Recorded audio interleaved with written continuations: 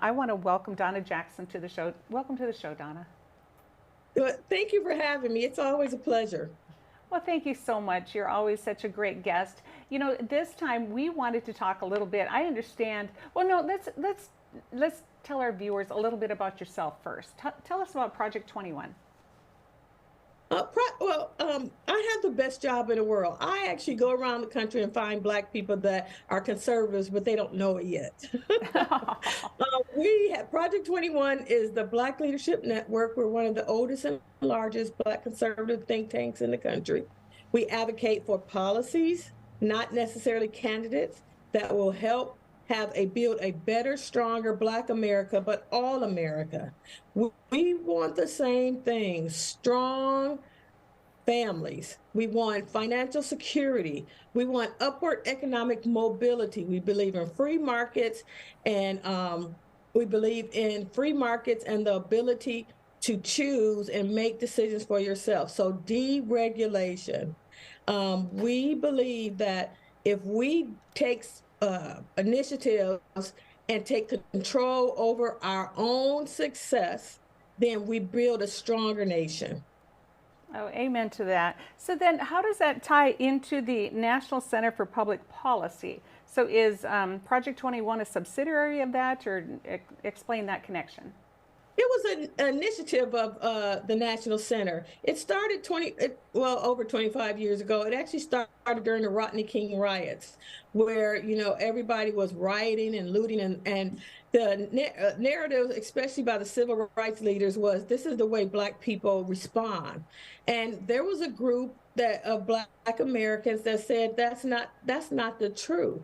That the civil rights movement and the leaders weren't speaking for us. That we actually respect the communities that we're in. We want to see economic development. We want those businesses, and that we don't all react out of rage. So what we try to do is provide a balanced view, that the voices that you hear, and unfortunately more prevalent today, does not reflect really the true initiatives and the true thoughts of many Black Americans in the country. And so what we try to do is, I would like to say, expand the narrative or give you a more balanced view of the thinking that comes out of the Black community. Sure, sure. And so before the girls here ask a question, today we had you on because you did some testifying regarding the EPA initiative. Why don't you go ahead and tell us what they were, this testimony that you worked on this past month, I guess, or this past week, I think. Yes. So one of the things that Project 21 does is look for the challenges that the Black community and America at large are facing, and then we try to find common sense solution. Affordable transportation is actually one of those things. We know from our history of this country that transportation, it was when the American people all had access to cars, even during the Ford time, is when people got more personal freedoms. They had more choices of where they can live, the foods they could eat, and it actually helped the American middle class grow. Well, the Biden administration, in its strategy of pushing this Green New Deal initiative, has come up with this proposed rule that would actually take away vehicles from most American families. And what I mean is this: it's created these emission standards for lightweight and multi-use vehicles that is so stringent that combustible engines could not beat the standards. And so the manufacturers would be forced to only produce more expensive electric vehicles.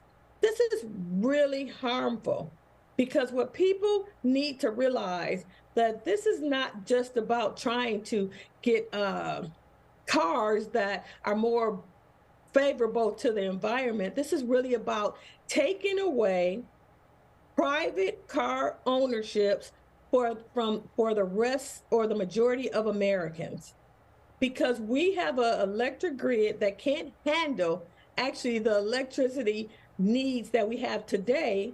And then they're advocating for all of these vehicles to now be on this same grid. It's not a single American that hasn't experienced a electric power outage. And adding that much more capacity to our current grid is going to make that substantially worse. And you would say, well, are they planning for that? No, that is the plan, so that Americans can't have cars, that they're forced into overcrowded urban communities where they only have access to public transportation, which we know during the pandemic actually was the reason why you had higher infection rates of COVID among Black and minority Americans.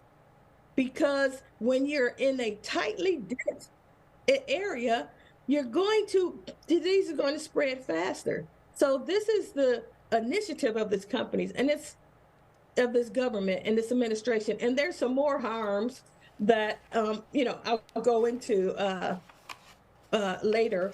But really what's happening now is that it's so damaging to all Americans, but especially Black Americans, because we have higher single parent households, lower medium income, and higher poverty rates. Wow, that is so eye-opening, and you're just what you have testified right now to us. We have a ton of questions for you. We're going to take a quick break, and when we come back, we'll ask those questions. It's going to be regarding batteries, the grid, I mean, just a whole plethora. We'll be right back after this with more on Ladies of Another View on Back.